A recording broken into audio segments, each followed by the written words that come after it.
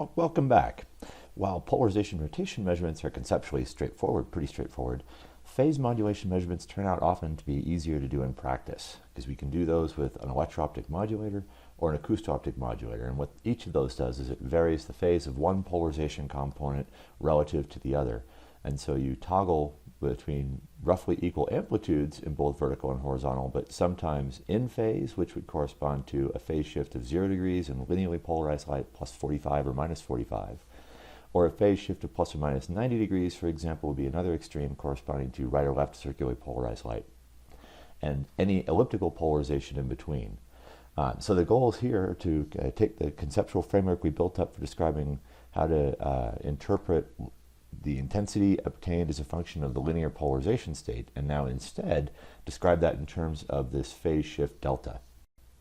So the time-dependent Jones matrix of a EOM electro-optic modulator or acousto-optic modulator can be represented in this expression where gamma is the rotation relative to the horizontal axis, and delta is the phase shift between the vertical and horizontal components. Delta is time-dependent and has this simple sinusoidal term, or sinusoidal form. It's a bit interesting because ultimately, once you plug and chug for a quarter wave plate, or sorry, for an EOM rotated at minus 45 degrees, for example, you end up with something like this for the Jones vector for the incident light. It's interesting because this delta is really, in terms of time, it's a cosine of a sine or a sine of a sine. So it's not a trivial functional form, but fortunately, as long as we know what delta is at every time point, we can calculate what the Jones vector for the incident light is at every time point as well. If you just then consider, put this into the general architecture for relating this back to the if you want to relate this back to the Jones tensor framework, then we can multiply all of, if we're just considering the n-polarized component, then there's really only three terms we have to consider for describing the n-polarized field for the doubled frequency. And that's the contribution from NHH, NHV, and NVV. And just from substitution of these terms here for the incident polarization state, you get a simple expression that is complex valued, but straightforward. Now, in practice, if you're measuring the intensity as a function of, wow, this should be delta. There we go. The intensity of the as a function of delta, you end up squaring the electric field. And so all of those cosine squared delta over 2 terms turn into cosine to the 4th delta over 2 terms, and so on. And just like in the case of polarization rotation, you end up with 5 different dependencies on delta.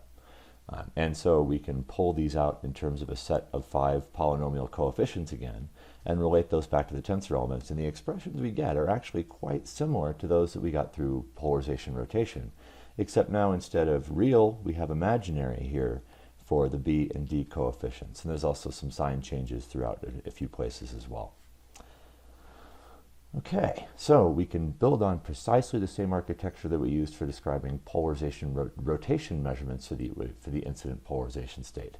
In brief, if we know, for example, we have some local frame architecture that's C infinity, for example, to make things nice and easy. Again, this might represent collagen or the surface of a bilayer in which the normal of the bilayer lies within the plane of the field of view. Then we know in the local frame we may only have a few tensor elements. We can relate those as long as it's lying within the plane.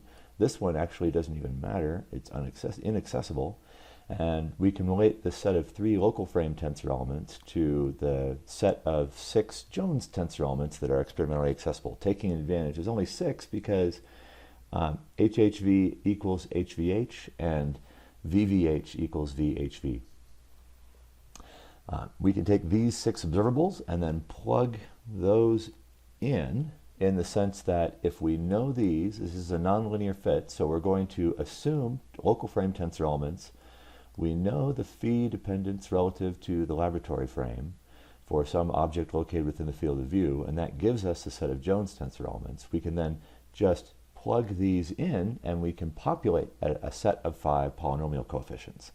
Then we can compare the calculated set of 5 polynomial coefficients generated for an assumed set of local frame tensor elements with the set of actually 10, my apologies, because we have 5 for each polarization state, the 10 experimental observables, and just a simple chi-squared minimization will give us the best fit values for the local frame tensor elements.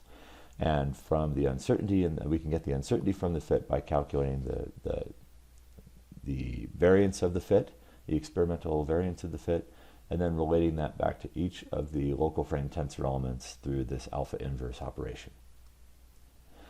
It turns out that this imaginary dependence is kind of annoying because we actually don't have as much information there if the measurements are far from resonance, or if we're talking about measurements where there's a single interaction that's dominating. There's some electronic interaction, for example, that's really dominating the hyperpolarizability of everything in the system. Then everything has identical phase, even if it's complex valued. And so in that case, whether they're purely real values measured far from resonance or right on resonance with one dominant transition, we don't expect major phase shifts necessarily between the Jones tensor elements in the laboratory frame. If this arises, then B and D will generally be zero valued. The disadvantage of that is that you're throwing away these mixing terms between different tensor elements, and you're reducing the total number of available observables. Now, it's still highly overdetermined. You still have 6 observables, and in this case, it's real valued. You have 3 real tensor elements that you're trying to extract. So it's still a highly overdetermined system that can be solved. But if you want to start looking at more complicated things that have lower symmetry or pulling out a greater suite of tensor elements, of either tensor elements or phase terms for each of the tensor elements, then you want more observables. And one convenient way of doing this with an EOM setup is simply to add some additional optics between the sample and the detector. For example, if you put in a quarter wave plate, I say quarter wave plate because we know we've got imaginary terms there, and quarter wave plate has an eye just built right there in its expression for its Jones vector. So it makes sense to throw a quarter wave plate in as opposed to something else to access the ellipticity in the double beam. And if we do that, then the architecture is exactly the same, except now we have a Jones matrix that we have to include that sits between the tensor elements and the observables.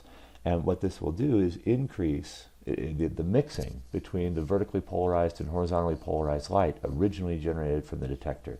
As long as we know the elements of M, we can go through the exact same procedure that we just described. Make guess values for the local frame tensor elements, calculate a set of polynomial coefficients, compare those with what we measure, and then adjust the local frame tensor elements until chi-squared is minimized. And that will give us the best fit values of chi-L, local frame tensor.